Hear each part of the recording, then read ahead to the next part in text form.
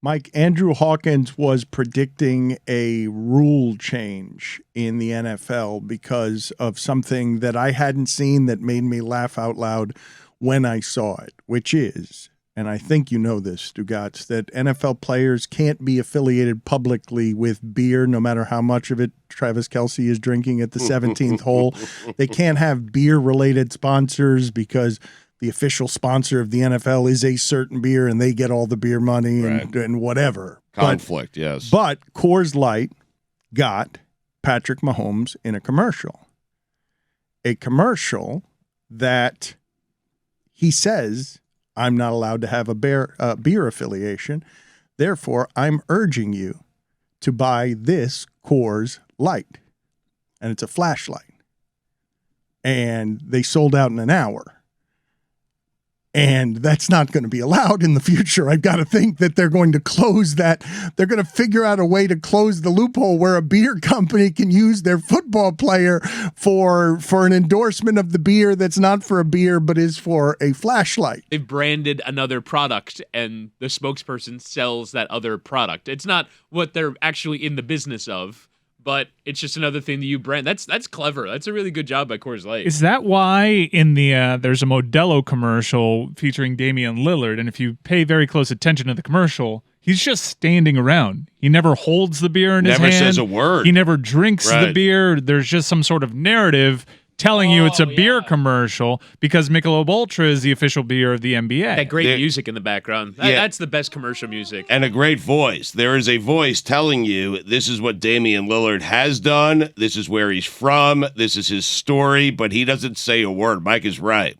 Bud Light had to be furious about that, right? With Mahomes, like they're paying so much money for that sponsorship. Crazy. How much money are they paying to be the official beer of the NFL? I saw some numbers were released over the weekend. The NFL cleared $11 billion in revenue in 2021. The NBA, for the first time ever, went over $10 billion. It surprised me that the revenue was that close, actually. Perhaps I shouldn't be, but I would have thought it was more than $1 billion of difference because I think of the NFL as being so much larger than everything. The NFL is about to start a new cycle of TV deals, and so their revenue will take a massive step forward. I believe the overall sum package of the current TV deal, this is before they signed Sunday Ticket, is $11 billion a year. So they will essentially equal their revenue last year on just TV money per year, and they're reportedly going to sell the Sunday Ticket package for another $2 to $2.5 billion. I think Bud Light just ended now they renewed it. I'm trying to find that number, but it was $1.4 billion over 6 years. I too am looking for what this current deal is. I just see a bunch of press releases announcing it and no numbers just yet, but they're extended to 2026. Nothing stops the NFL. Such a beast. Streaming services, just oil. Can you believe the fortune, the good fortune, the literal fortune, Stugotz, of after Mark Cuban said, football's going to dry up. You can't be the most popular thing forever. Nothing stays hip and cool. It's going to explode, especially as Jacked Up got erased because we can't do that anymore. They changed the rules. They made it safer. They eliminated Brock Osweiler. And it's a big step. And it's still not in any way safe. Still, it is quantifiably safer, though, than it was. Okay, fair enough. But we still don't know, science still doesn't know, what the damages are and I know with Marion Barber it was heat stroke, but we've got a lot of these guys who we've been now old enough to have watched play who are still young men, Demaryius Thomas, where they die and you don't know how much football is responsible. I do think 50 years from now, when if Earth is still here, when we're calculating all the trades we made for money, the gladiator stuff, looking back won't be like, holy shit, look at what these people did for money before science figured out, oh, nobody should be doing this. This is deeply, deeply unhealthy, and it's going to mess with your brain, and you're going to die early, and you're going to make that choice more consciously now than you've ever made it, because safer is still not in any way safe. You're talking about dead shows or the NFL? I'm with Mike, though, Dan. Like, these are... I know you're talking about recent players. Demaryius Thomas just played. He was just playing in the NFL, but They've cleaned up the game a bit. It seems easier to move the ball on offense. It's why you're seeing these ridiculous numbers. They're not hitting as much. They're not allowing guys to be hit as much. And I think some of the after the career stuff you'll start to see wane a little bit as time moves on, don't you? It has to, right? I do remember holding up that Mark Cuban quote in around 2017 and saying, wow, he was right. It was looking a little bleak. It looked like we were on a downtrend for the NFL. Ratings were going away.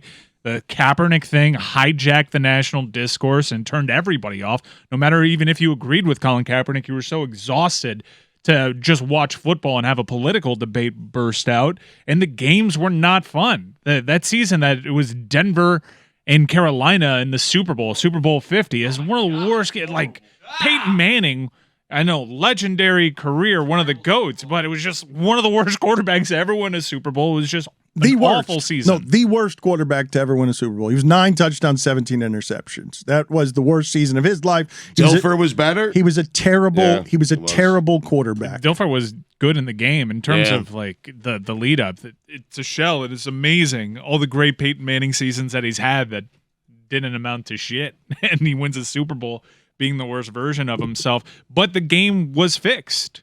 They made the rule changes. The quarterback position got better. Offenses started taking shots down the field, and the ratings have totally rebounded to the fact that it is undeniably the biggest thing going in this country. But what good fortune to then have, after you've not necessarily tapped out the networks, to have all of television change, and you have a deal no one else has, which you can sell an ancillary product of Double Dip for $2 million just on Sundays. $2 billion.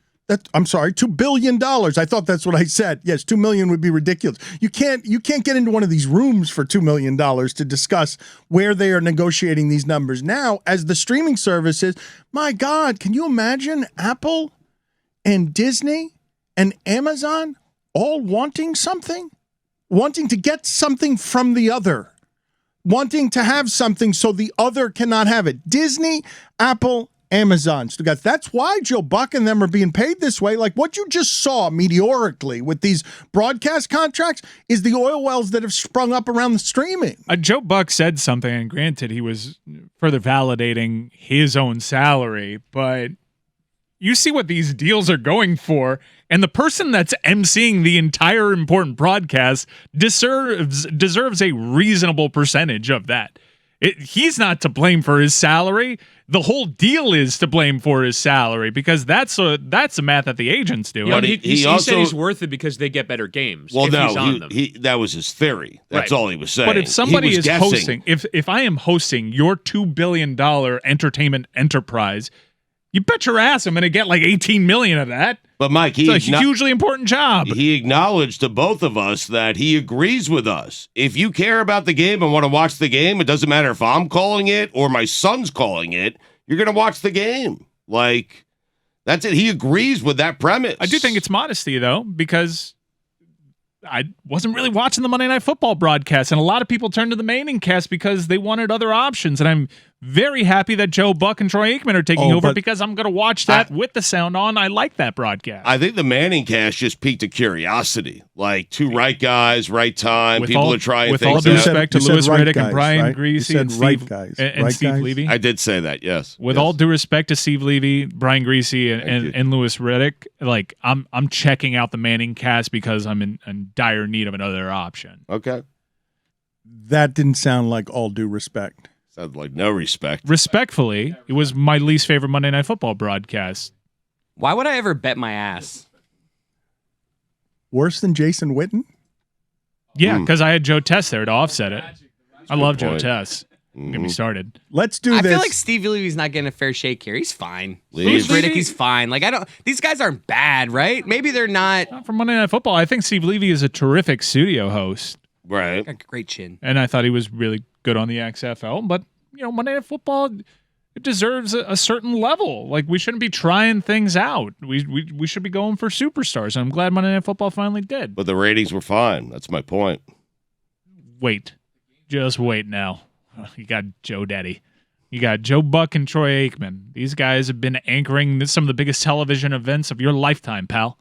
I don't think the PAL was necessary there. I also think that you're underestimating, Mike, how bad the games were on Monday night as well. I'm acknowledging that the broadcasters were doing little to lure you in, but if they'd given you Chiefs-Bills on Monday night once in a while, the Sunday night game is always something everybody wants to watch. I'm watching it regardless. Whether I watch it with the sound on is a different thing entirely. I understand. Hell, I understand. Yeah, I know you. I listen.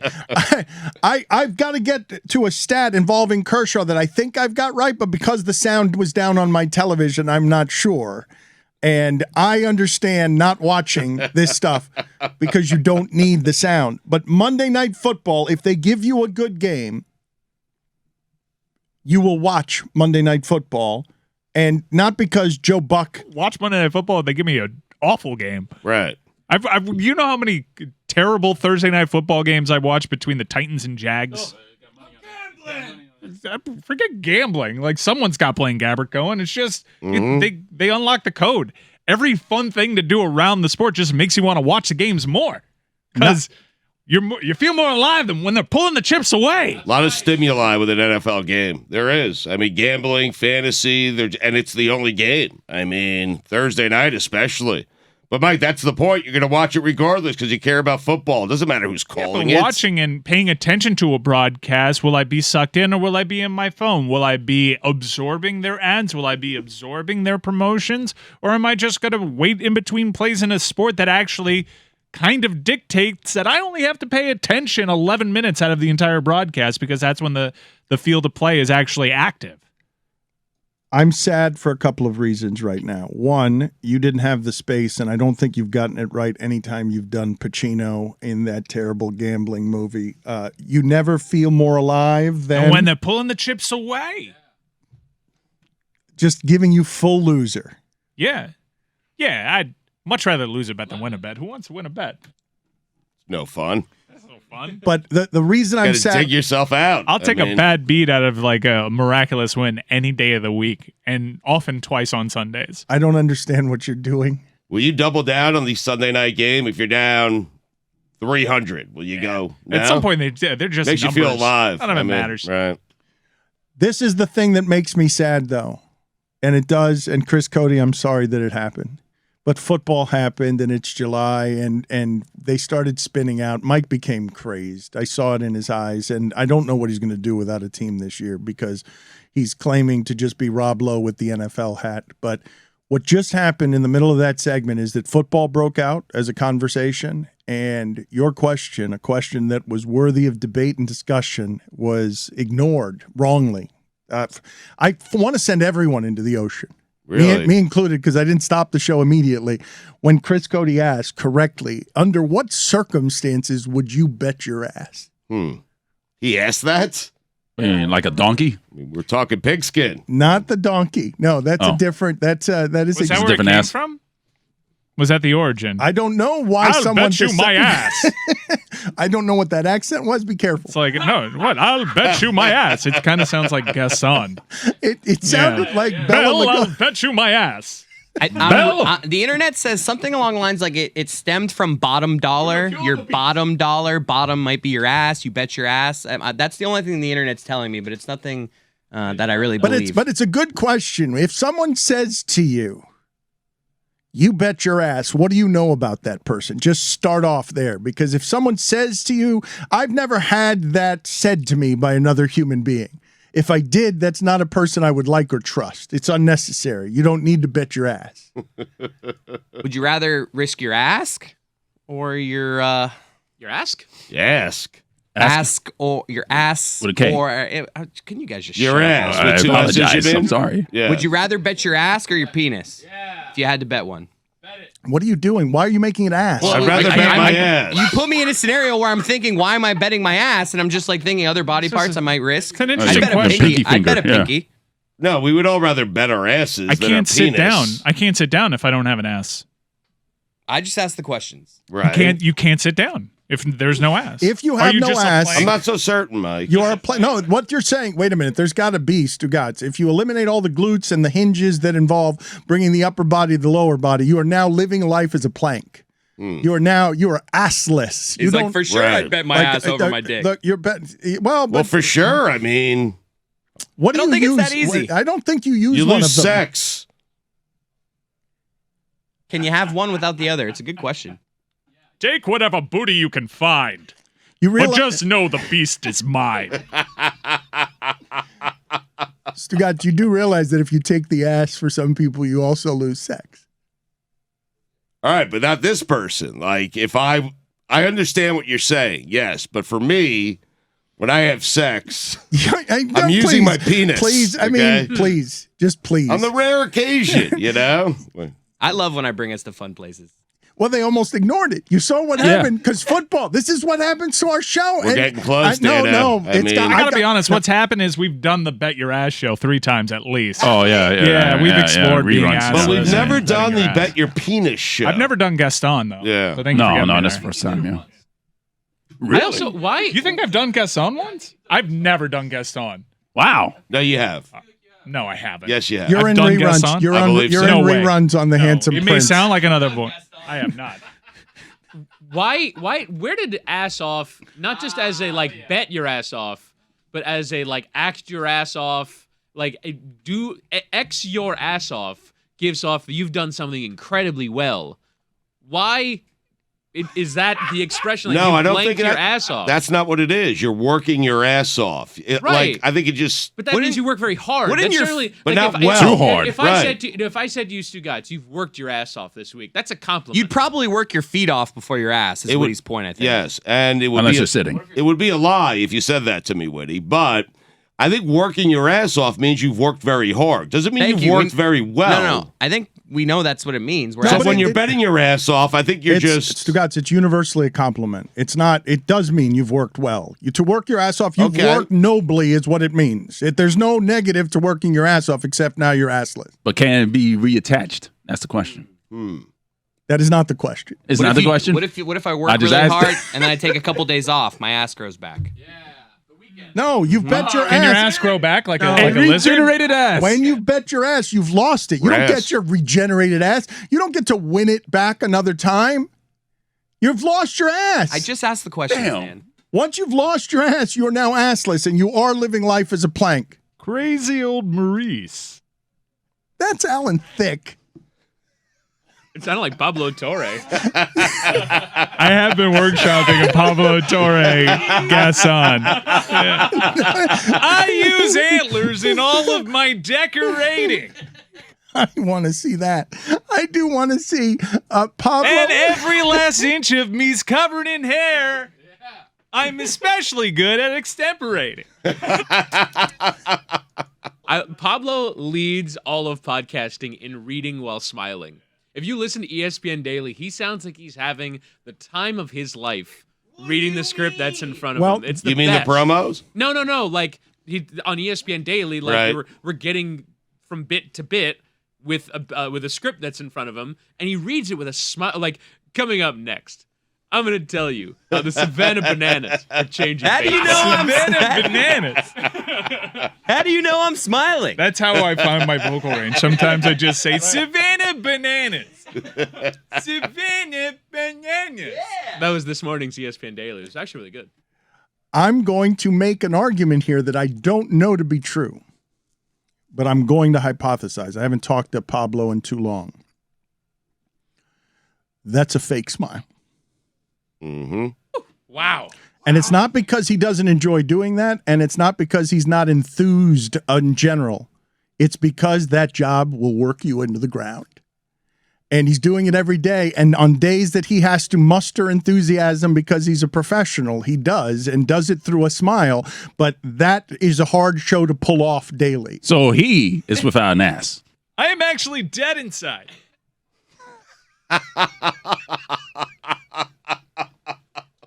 Stugotz, there are 4 things from baseball that I wanted to get to with you over the course of this segment because I thought there were 4 interesting things, super interesting things that happened in baseball. The first, Doug Glotlieb is being sued by Casey Close, the agent of Freddie Freeman, who, because Doug Glotlieb went on Twitter, Stugotz, and this is part of the thing I think people don't think about sometimes. in everything that's happened with the changes of social media. If Doug Gottlieb doesn't have this locked down in a responsible journalistic way, Right. what Casey Close is going to take from him financially is going to hurt. If his sourcing on this isn't super locked down, if he was just throwing something on Twitter because Twitter's an open space, Stugotz. People don't. This is a mistake that it feels like you could make if you're not making it up, but you're hearing it from a flimsy source. Mm-hmm. And now you've affected the livelihood because the reporting, there were 2 agent stories that I wanted to get to out of Los Angeles because the Westbrook breakup, to me, what that agent did publicly after 14 years of being a remora fish on Russell Westbrook, like that agent coming out there and saying, hey, irreconcilable differences. I think he needs to stay in L.A. Like him siding with Clutch Management or whatever it is that he's doing, siding with Los Angeles and saying, I think Russell Westbrook betraying his client at the end in breaking up with his client. I have not seen an agent do that before because you live in service of your client. And at the end, as this guy leaves Russell Westbrook, he's very publicly saying with a lot of words, hey, not my fault, not me. I told him to stay there. Never mind. He's delusional. I'm moving away from him. And then he lists all the good things he did for Russell Westbrook, which is amazing. Like, that wasn't a statement. That was my resume. Here's what I did for Russ, you know? Gottlieb had better have this locked down or he's got something to worry about because Casey Close, an agent coming after him on this, when the damages are...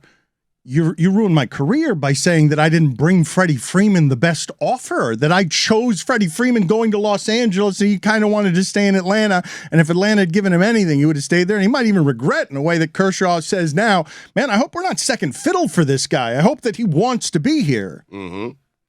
So what do you think, like, what if you report it and it's just gut? Like, you're not attributing it to anybody. You're just kind of guessing and theorizing.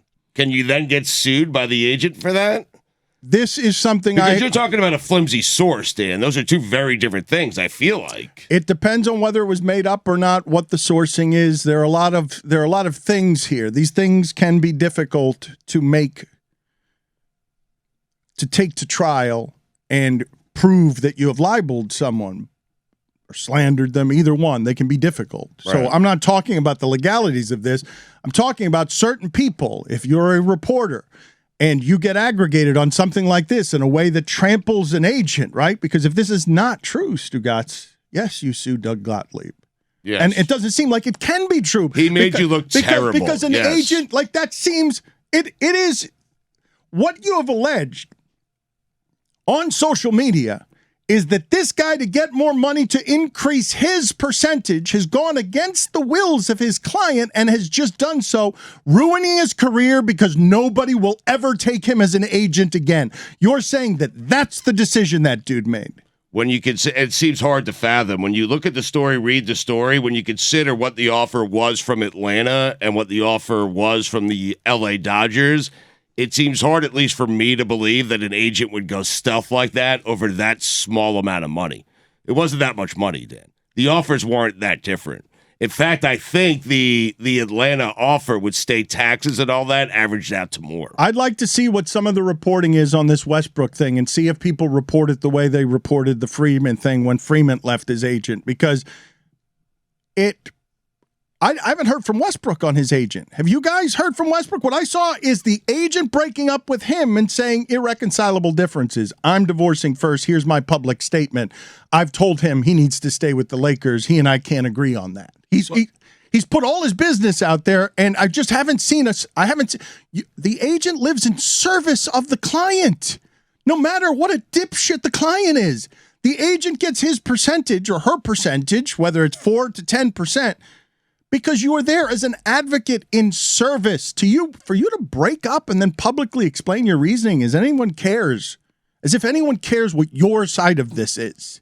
I do actually think that it fits in a narrative with Russell Westbrook. It's why, we're talking about an agent that wants to preserve his reputation. Generally, agent breakups are a bad look for the agent.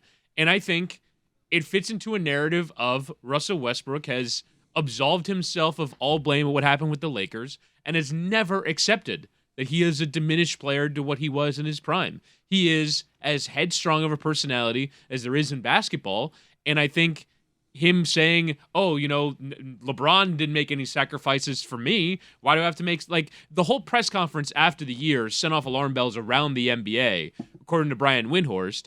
And I do think that this is a character that, this fits within the character of Russell Westbrook. Basically, his agent saying, I think you should stay with the Lakers. He told ESPN that he thinks he should stay with the Lakers because it's really his only route to playing for a competitive team this year. The agent can say, hey, it's not my fault that we're breaking up. I do want to read some of this direct quote from the agent because this is stuff that we all say. It's kind of weird to hear someone representing Russell Westbrook use these exact words. Mike, before you do that, is the agent wrong, though? Because that is a competitive team, could be a competitive team, and he's making $47 million. Well, he makes $47 million regardless. I think the counter to that is what Dan is saying, that you live in servitude of your client. Stugotz, is the agent wrong? Is you eat that as the agent. There's not, hey, but on Russell Westbrook, you know how much money Westbrook has made you? You know how much you will make off the $47 million he makes for the Lakers there. Whether the truth is there or not, the agent's got to conceal the truth in service of his client. But Dan, if he's part of a deal that takes him to Brooklyn, right? He's no longer playing with LeBron James, excuse me, $5, and he's no longer playing with Anthony Davis. So he's no longer playing on a competitive team. The agent's making a decent point there. He's also not playing for Brooklyn in all likelihood. He's getting bought out. Here's a quote. Now with the possibility of a fourth trade in 4 years, the marketplace is telling the Lakers they must add additional value with Russell in any trade scenario. And even then, such a trade may require Russell to immediately move on from that new team via buyout. My belief is that this transaction only serves to diminish Russell's value, and his best option is to stay with the Lakers, embrace a starting role, and support Darvin Ham. That's pretty... I do agree that that's a best basketball move for Russell Westbrook. That's what I'm saying. Become a role player, and LeBron can help carry you and elevate you generally. Moving might not be the best. You're an albatross of a contract. Stay stuck to the Lakers and have LeBron James, one of the great basketball players of all time, trying to figure out a way to use you. I really do feel everyone is doing this wrong when it comes to Russ. Everyone. His agent, his team, everyone. Of course, he's going to be delusionally confident and not agree with any of your assessments about whether or not he's overpaid, bad contract.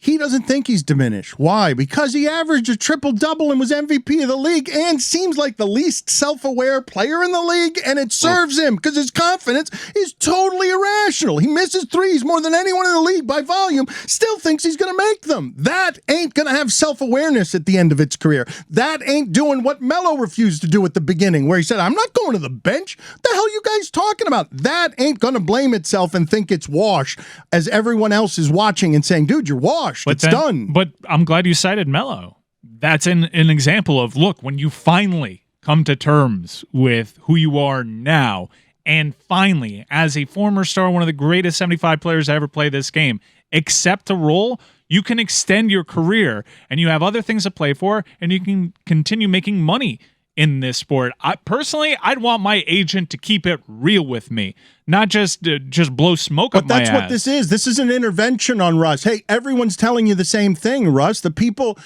you're taking it as Westbrook from Bayless, but you're the easiest target in the league. Did you see? There was a funny thing that happened this weekend. One of these shows that NBA teams do where they play little game shows with their players. A Spur was asked in a back-and-forth game show scenario, Stugotz. A rookie Spur whose name escapes me right now was being asked. The clue that he was being asked to get, it was sort of a game of taboo. I'm going to say words around somebody. Right. He was being asked to get triple-doubles. The rookie was. Mm-hmm. And the host throws the question to him and says, Russell Westbrook, he gets a lot of these. He gets a lot of these. Bricks. Bricks was his answer because we're all seeing the same thing. It's a good answer. When it comes to Russell Westbrook, that it seems finished. But he very recently, when Durant left his side, he was given the trophy for you're the most valuable player in the sport. You've done something nobody's done. You've averaged a triple-double with these stats at this size Of course that dude is going to never have self-awareness. His defiance has always served him. And now his agent stepping in and saying, hey, I'm trying to be an advocate. These are hard truths. He could do that privately. Didn't need to do it publicly. Well, I think he did do it privately. And publicly, he was careful to say that the marketplace is dictating this, not necessarily me. But he did share his opinions. And it seems as though Russell Westbrook was not having any time for it privately. He didn't have to do it publicly. I'm with you there because he's made a lot of money with Russell Westbrook over this 14-year career. It's a betrayal. It is a betrayal of what that job is. Yeah, but also it's bad optics for someone this of repute, the way that Russell Westbrook is, to break up with you publicly.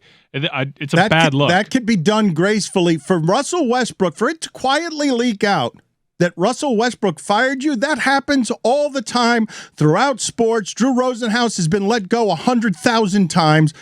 People don't care about that. That's not, even in the industry, people are going to say, well, it was Westbrook. Like, you can explain that away in any meeting with, like, hey, I was telling him at the end he didn't want to listen. I had to eat that one. You're like, that's not a hit publicly that matters in any meaningful way where these relationships are, where you're asking an athlete to trust somebody with their finances. It's probably the wrong path for the agent to take, but I am with Mike where I want my agent to be real. Like, hey, if there's a way back to you being good, to you being respected again, the way to do it is by winning a championship with LeBron and Anthony Davis. Privately, he didn't have to. I don't need to know this person's name. I don't need to be talking about this person today, because at the end, after getting a lot of money off of Russell Westbrook, what you did at the end in ass covering is not the job. He bet his ass. He showed his ass. He showed his ass. A new ass phrase. But how do you finish the intervention then? Because, as he noted, you walk away quietly saying, I've done all I can done. I've done all I can here. Russell, if you don't want to listen to me, I love you, okay? I'm here for you on the side. We can't work together anymore. I can't. You're not listening to me, and I agree with the other side on this. I agree that you. But why can't he explain himself? He's got a career. He's got a profession. He's got a job. He's got a reputation. He can and he has. But even in that slimy business, Stugotz, most guys don't. And he's out here as one of the few willing to do it. And I'm like, ew. Even by the standards of that business, that greasy business. Right. Like, you stay in the shadows, man. You're there to help. You think this helps? Who does this help? He thinks he's helping. No, at the very end of this relationship, what you've done, he thinks he's helping.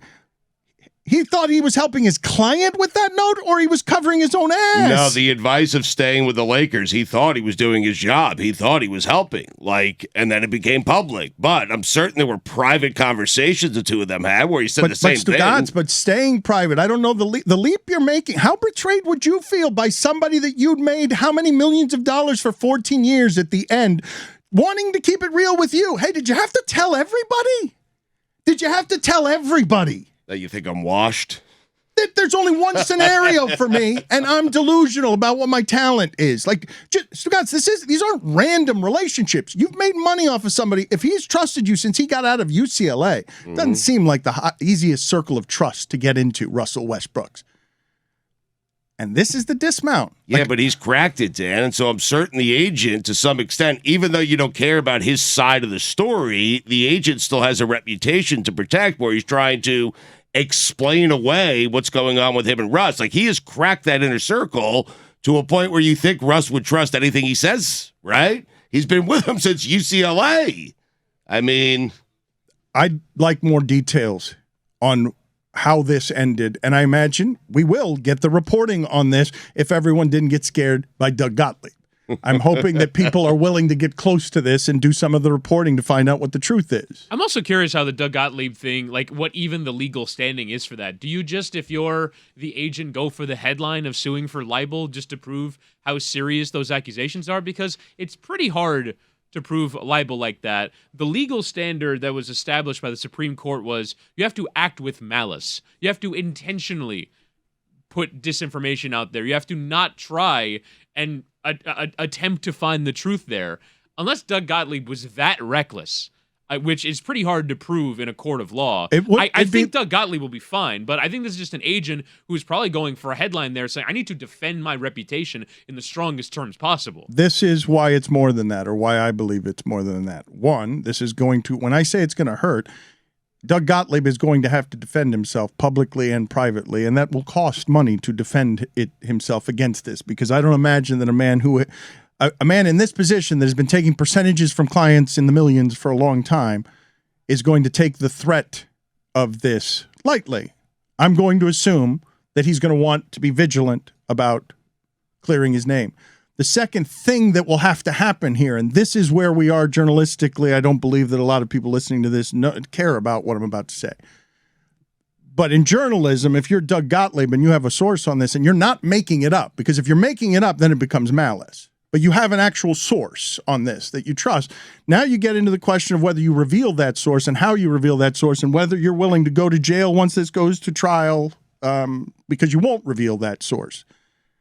Doug Gottlieb's this is not a fun time for Doug Gottlieb, even if this agent is just headline chasing, because you cannot expect this to be, when you throw that into the chum, I don't think he expected this as a result of, oh, wait, I'm going to have to lawyer up now. I'm going to have to lawyer up, and I'm going to have to start explaining to some people who my source was on this so that I can prove that this was not malicious intent. And if the goal is to regain your reputation and fight against bad reporting, you might have done a good job of dissuading other people from just throwing shit like this out there, because if all of a sudden there's responsibility for throwing things out on social media, then maybe people will think twice before reporting something that's damaging towards someone. And maybe you're not just defending yourself, but you're defending an entire industry. It's got me thinking. I mean, it does. Like, what can I do now? Am I allowed to keep reporting stuff? I like to report stuff, even though I attribute it to no one. Is that okay? Can I be sued for that? Can you stop calling what you're doing reporting? Well, what do you mean? You're just pulling things out of your ass. Like I'm saying Tom Brady's coming here next year. Oh, so that's fine. I don't care. As long as I can keep doing phrase that. Come from? Why am I pulling things out of my ass? What is that? What is that? Why? I want this to be a thread throughout our show today. The ass. Yes. Pulling something out of your ass is a saying that you use when you're not really sure what you're doing, right? I'm just pulling that out of my ass. But generally, if I'm pulling something out of my ass, I know what's coming out. Well, and I generally know how it got there. You better. So it should be the opposite. If I'm pulling something out of my ass, I couldn't be more prepared on this topic. You would know. You would be sophisticated about knowing. You'd be the only one who knew, or in some cases more. Better than anyone, for sure. Better than most. You would know what you were pulling out of there, what you'd consumed beforehand. But where does that phrase come from? Why is there you're just pulling that out of your ass? It doesn't always have to be consumed, Dan. But okay, but what is the phrase right now? I'm standing in front of you. I have no game. I have nothing here. You know, you can look at me and see I'm a total fraud. I have no facts behind me, but what I do have behind me, you don't know what it is. I'm going to reach in my ass and I'm going to throw it at you like a magic trick. Well, that's what it is. It's like a magic trick. Yes. I mean, you're pulling it out of your ass. What is it though? Like a bouquet of flowers? Is it a magic trick like that? Like the pulling? Why did this become a thing? Maybe it's because if you hypothetically, what could I pull out of my ass? Shit.